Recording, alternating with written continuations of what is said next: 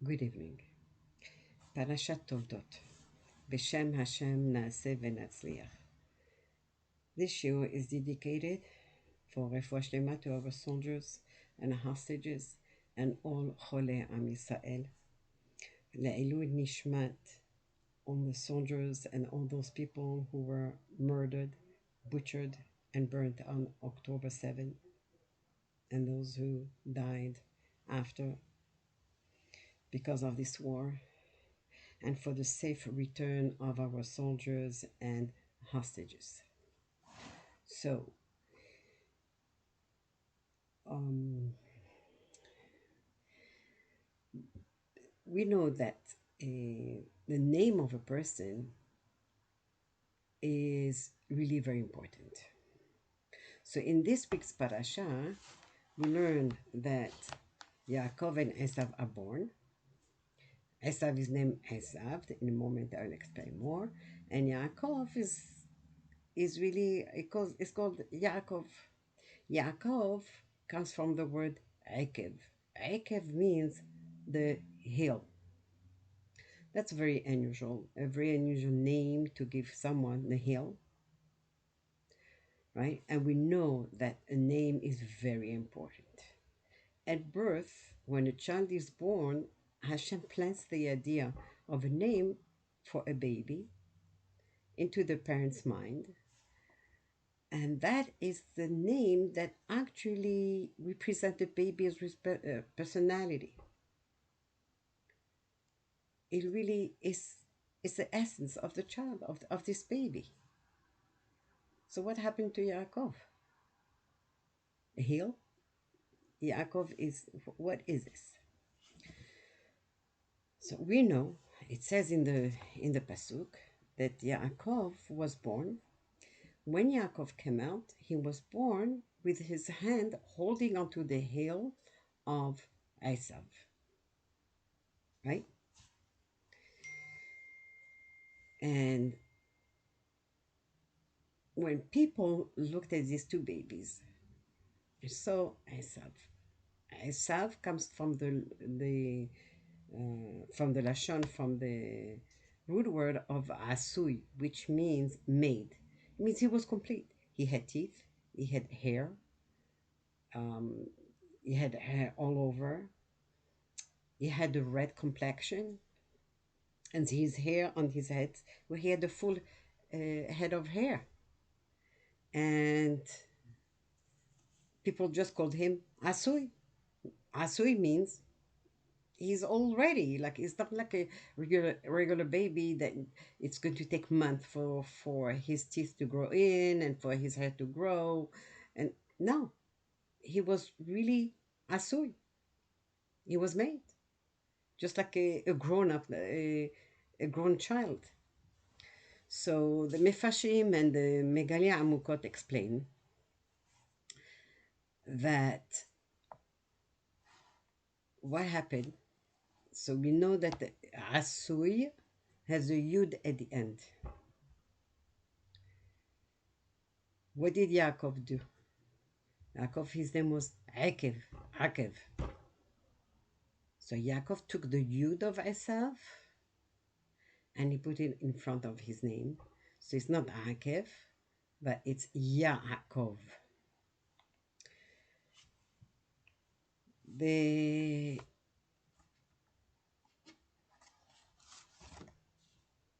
then the once the parashat tells us about these two babies being born, how they grew up, and then towards the end of the parasha, we learn that Yitzchak wanted to give a blessing to Esav. Why Esav? Because Esav used to go hunting and he used to bring animals for his father, and Esav would come home. He would put on a very special coat, which I'm going to talk some more about in a minute, when he would go to serve his father. And he would sit down and ask him all kind of complicated questions. And Yitzhak thought, okay, this is a child that deserves to get the berachot. However, Rivka was told in the Ruach HaKodesh, she knew that Yitzhak wanted to bless his son Esav. So quickly, as soon as Esav left to go hunting for his father, because his father told him, go and hunt, right? That means that really going hunting is not such a safe thing to do, right?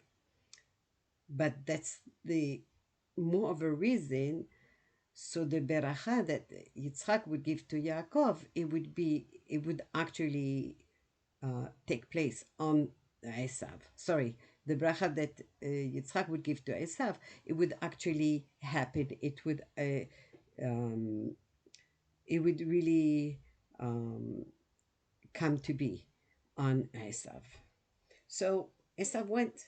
So as soon as Esav went, quickly, very quickly, Rivka was very, very smart. She took Yaakov and she told him, run, run, she said to him, get me 2 young lambs. Quickly, get me, I'm going to cook food for your father and you're going to get the berachot. Yaakov was shaken. He was so scared. He said, no, my father's going to find out. Don't worry.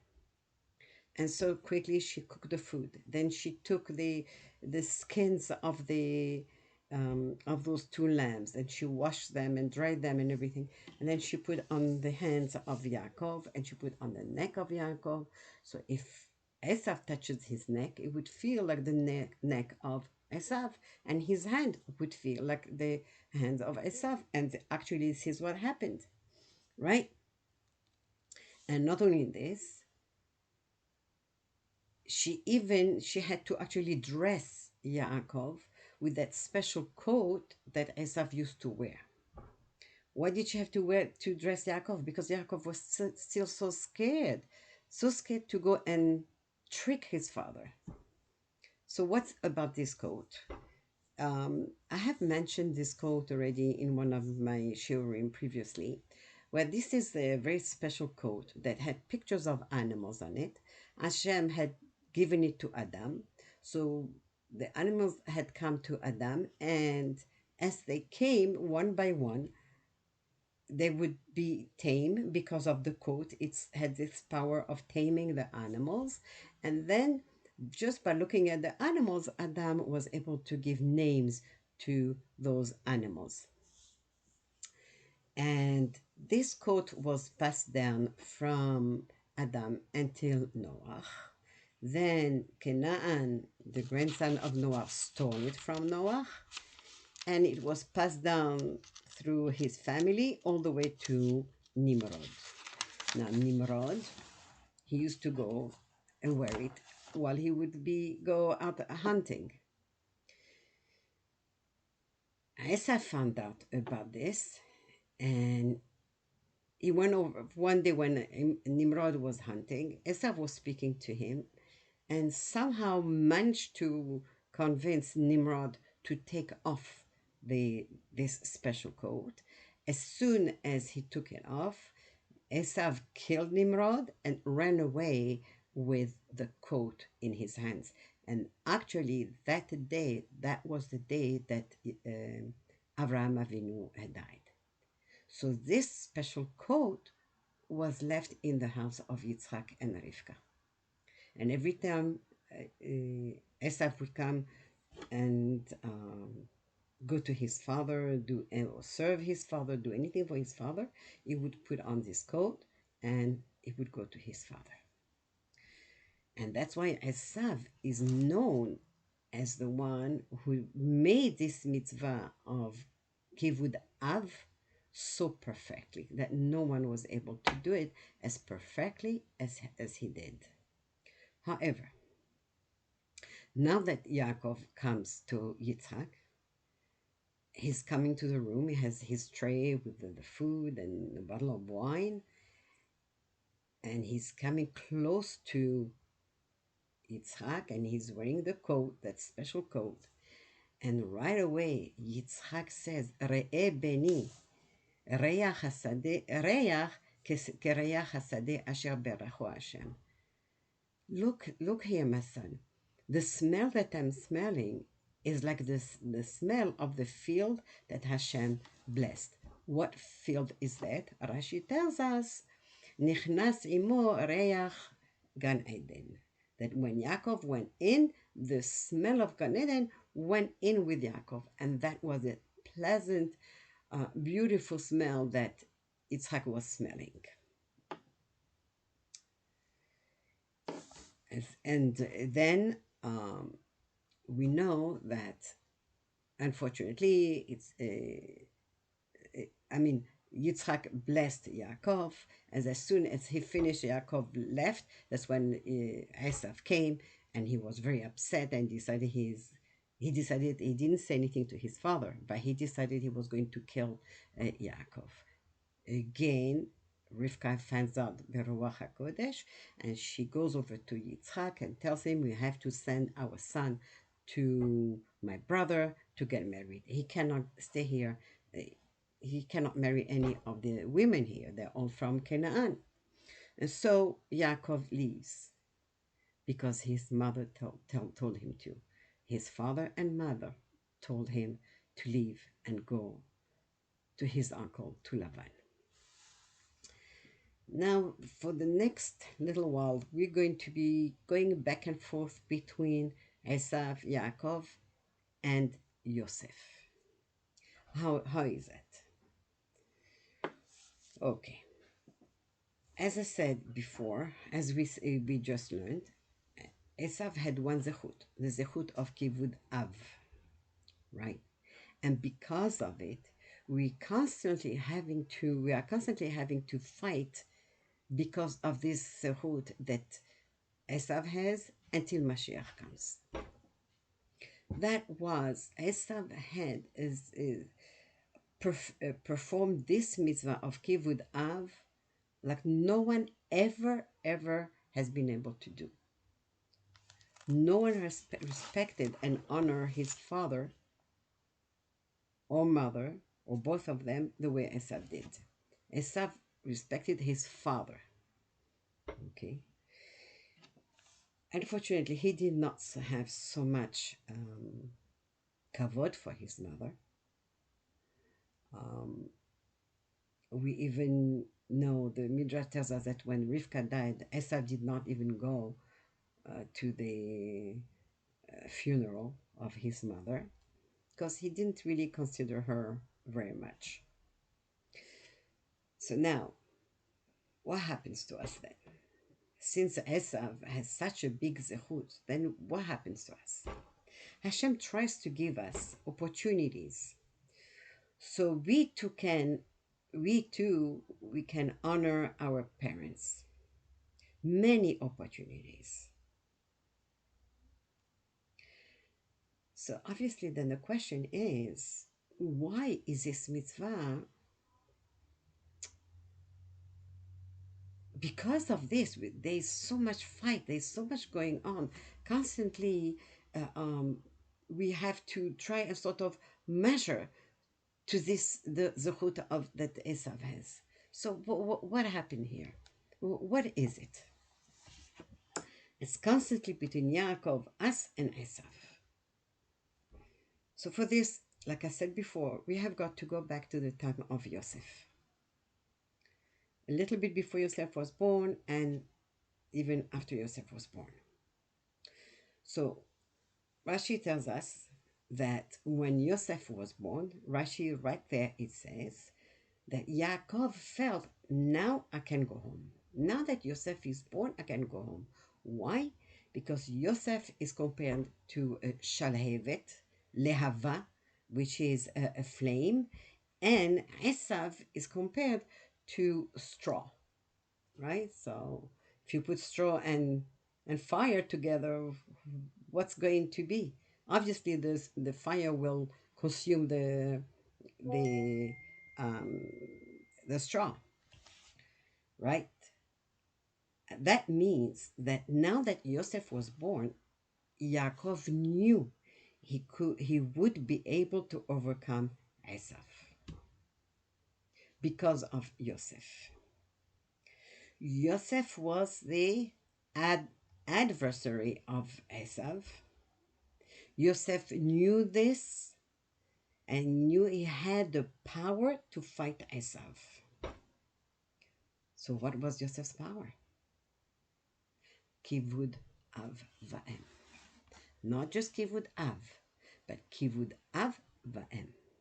According to Chachamim, to Rabbi Cohen, I forgot his first name, from Izmir, who left us a really wonderful perush. Yosef made a kotonet. In the pasuk where it speaks that Yaakov made a kotonet for Yosef, this Rabbi Cohen tells us to read it differently, so that we read that Yosef is the one who made the kotonet. For what? So that he would be able to wear it to serve his father. Just like Esav would wear Adam's coat to serve his father Yitzhak. And we learn that when Yosef went to his brothers, what did they do? They had to remove his coat of color because he had gone to look for his brothers because his father told him to, right? Esav would go hunting and he would bring back animals, especially this time, the time when his father very specifically told him go and hunt an animal from the forest, an animal that doesn't belong to anyone. But at the same time, there was a chance that Esav could get killed. But Esav said, I don't care to risk my life for my father. This is kivud av, right? Now, what did Yosef do? We are comparing here, right? What did Yosef do that would compare to what Esav do by going hunting? What did Yosef do? That his father told him, go and look for your brothers. Now Yosef knew the brothers did not like him at all, and they made it very plain to him. And he knew that the brothers could harm him, and yes, they did. They harmed him. They sold him. They threw him in the pit, and then they took him out of the pit, and they sold him as a slave, right? But he did it. He said, it doesn't matter. My father wants me to go. Hineni, I'm ready. Just like Abraham said to Hashem, Hineni, I'm ready for the Akedah. And he went. He went knowing that he was putting himself in danger.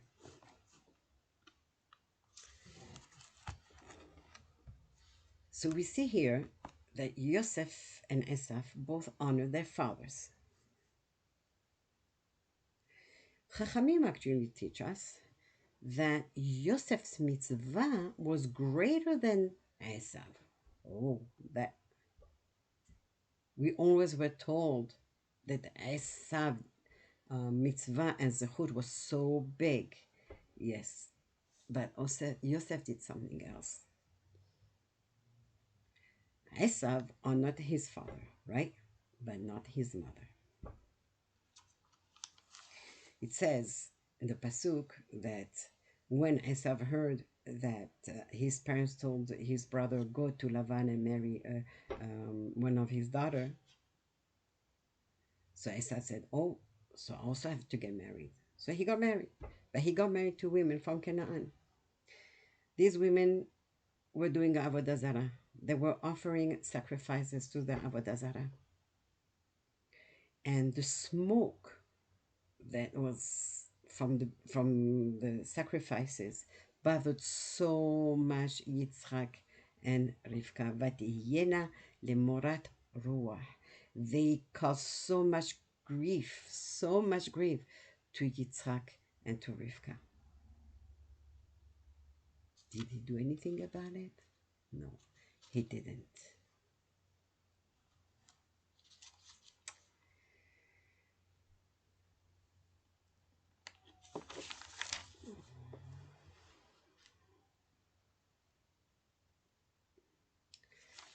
Then we learn that um, Yaakov stayed in Lavan's house. He married Leah, then he married Rachel, and all the Shvatim were born. And after 20 years, that's when Yaakov said, okay, I'm going home, right? That's when Yosef was born.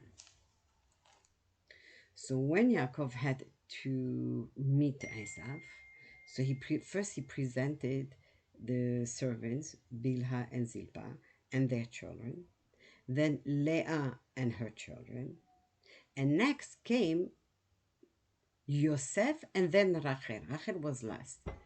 What happened here? The order is different. It really should have been Rachel and then Yosef. But Yosef came around and stood in front of his mother. Why? Because Yosef knew his own power, and he knew he was the opponent of Esav, and he knew that Esav was a Rasha. And Yosef said, I do not want this Rasha to look at my mother. He can do Aina Ara on her. I don't want him to look at her. So he stood in front of his mother to protect his mother from Esav. Wow.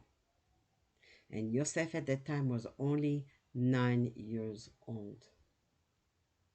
But obviously, we see that Yosef was no ordinary son. So the next question Chachamim ask is, wow, what a child. How come Rachel, what zechut did Rachel have that she had this child? Why not Leah, who had so many, she had 6 of the Shevatim? So maybe he should have been Leah's sons and not Rachel. So the Midrash tells us that at the time when Rachel gave up Yaakov and Leah married Yaakov, it meant that now Rachel was available, right? The family always was talking that Esav should marry Leah and Yaakov should marry Rachel. But now that Rachel gave Yaakov to Leah, or gave Leah to Yaakov, so now they were saying, oh, so now Rachel should marry Esav. Now Rachel was scared. I don't want to marry this horrible man. But Hashem says, no, don't worry. This is your reward. You're not going to marry him. You're going to marry Yaakov. Not only you're going to have to marry Yaakov, but you're going to have a special child, and that child is Yosef.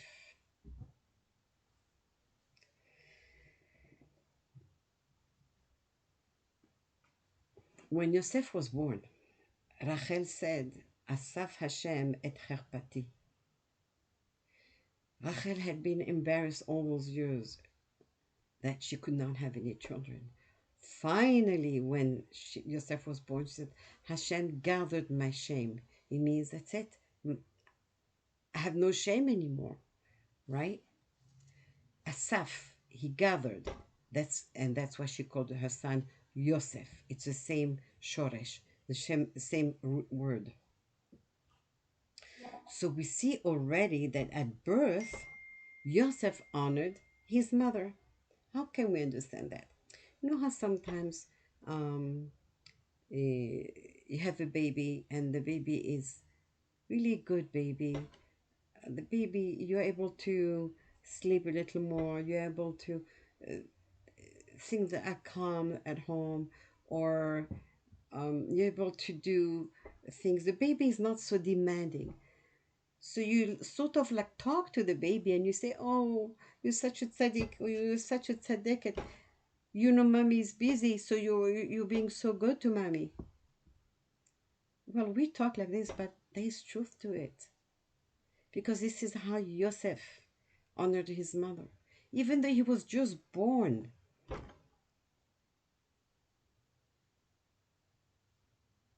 but he gathered his mother's shame. So now we come back again to Yaakov, to the birth of Yaakov. So why did he hold on to the heel of Yosef, of Esav? So the Tosafot, which is the Mefaresh, explains that Yaakov already at birth, he wanted to honor his mother, and he wanted to give her less pains. She was having twins, to push out, to give birth to twice. It's a lot of pain. So he held on to his brother's heel. This way he would be able to come out right away, right after his brother Esav, and he would not have she would not have to work any harder to push out each baby. So we see how Yaakov was really concerned about his honoring his parents, both his father and his mother. The Or HaChaim HaKadosh says that when Yaakov lived with Lavan for 20 years, it says, Lavan Achi Imo. Whatever Yaakov had something to do, it says, Lavan Achi Imo. Okay, said it once, then the second time, and again and again.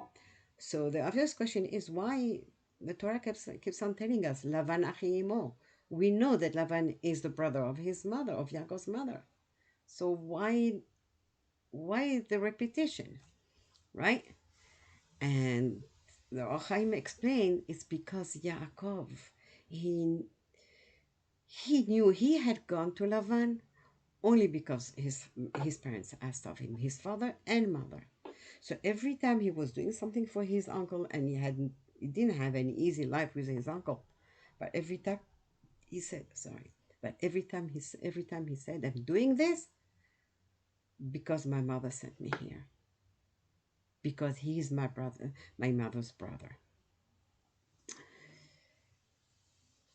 Yaakov understood that Esav's power was kivud av, but Yaakov worked hard to perform the mitzvah of kivud av va'em. And this mitzvah is a mitzvah that is going to be the not deciding factor, but it's a mitzvah that is going to make us fight and have the zechut or not have the zechut because of kivud avayim, and that is going to be until the end of time. Why? Because when Adam Arishon, when Adam sinned, he ate from the fruit, and Chava ate, and he ate from the fruit. They did a lot of damage. It really brought on a lot of damage to many things. One thing was not damaged, and it is the mitzvah of kivud avvaem, because they were not born. They didn't have parents like we do. So this is the mitzvah that actually can bring us back to the time of Gan Eden. Until that's the mitzvah that can actually bring us back to the time of Gan Eden. And that is a mitzvah that's lasting until Mashiach. So that is the reason why there's a constant struggle between Yaakov and Esav. And so when Yitzchak said, Asmel Gan Eden,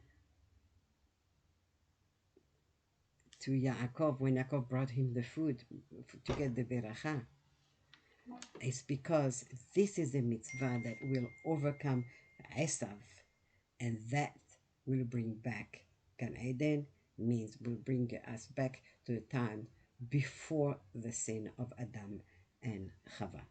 So may Hashem, in the zechut of this show, may Hashem protect and guide our soldiers and bless them and our hostages, and bless us and give us the koach, the strength to continue and grow in mitzvot, and especially the mitzvah of kivud av va'em. Shabbat Shalom.